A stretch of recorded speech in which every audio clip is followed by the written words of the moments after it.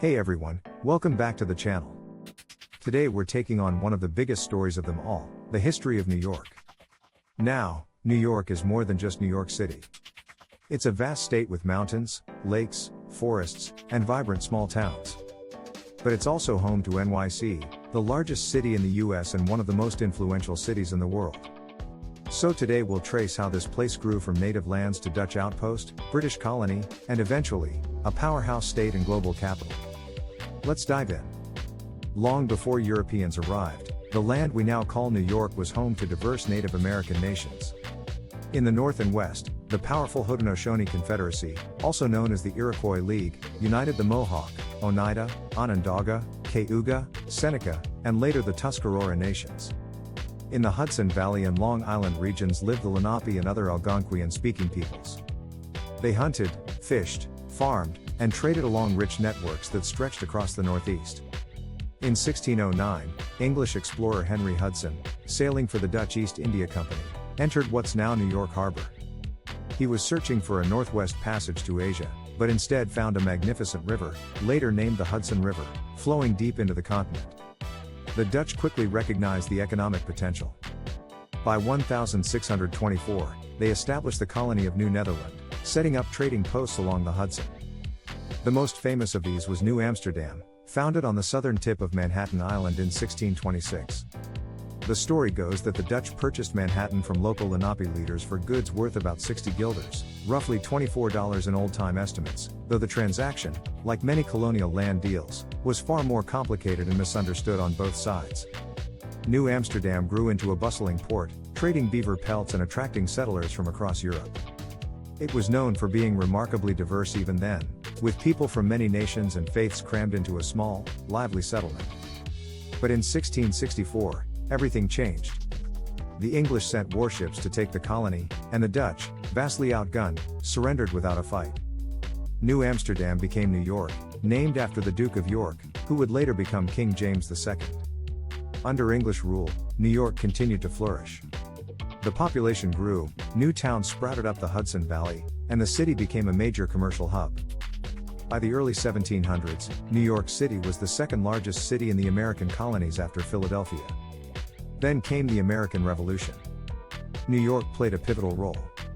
The city was captured by the British in 1776 after the Battle of Long Island, and it became the main British headquarters for the rest of the war. Meanwhile, the upstate region saw critical battles like Saratoga in 1777, which proved to be a turning point that helped bring France into the war on the American side. After independence, New York grew rapidly. In 1789, New York City briefly served as the first capital of the United States, and it was here that George Washington took the oath of office as the first president on the balcony of Federal Hall on Wall Street. But the boom truly exploded in the 1800s, thanks in large part to the Erie Canal, completed in 1825. This massive engineering feat connected the Hudson River to Lake Erie, opening a direct water route from the Atlantic Ocean to the Great Lakes. It turned cities like Buffalo, Rochester, and Syracuse into booming industrial centers and made New York City the busiest port in America. Throughout the 19th century, millions of immigrants poured into New York, especially through Ellis Island, which processed over 12 million newcomers between 1892 and 1954. These immigrants built neighborhoods that reflected every corner of the globe, making New York a mosaic of cultures, languages, and traditions. Meanwhile, New York City raced upward. The invention of steel frame construction and elevators led to the rise of the modern skyscraper. By the early 1900s, landmarks like the Flatiron Building and later the Empire State Building and Chrysler Building defined the skyline. But it wasn't all industry and concrete. New York also became a global capital of arts and ideas. In the 1920s, Harlem blossomed during the Harlem Renaissance, a cultural movement celebrating black art, music, and literature. Jazz clubs thrived, poets and writers found their voice, and New York became the stage for new visions of American identity. The state itself mirrored the city's diversity.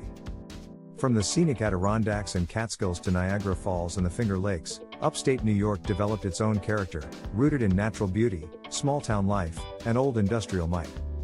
In the 20th century, New York was tested by challenges from the Great Depression to the blackouts and fiscal crises of the 1970s. But it always rebounded. The attacks of September 11, 2001, were perhaps its darkest hour. Yet the resilience of New Yorkers shone through, and the city and state rebuilt stronger than ever. Today, New York stands as a global powerhouse. The state's economy is one of the largest in the world. New York City is a nerve center of finance, fashion, publishing, theater, and art.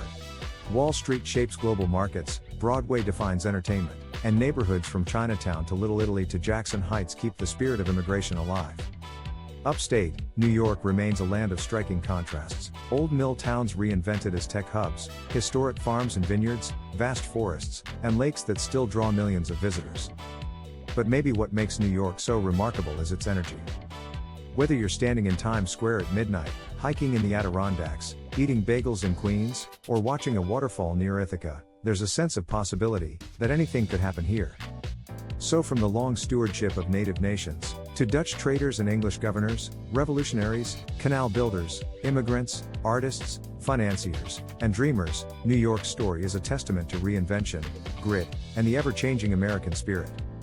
Thanks for watching, everyone.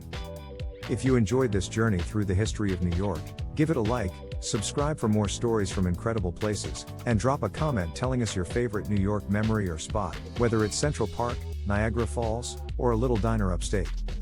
We'll see you in the next one. And until then,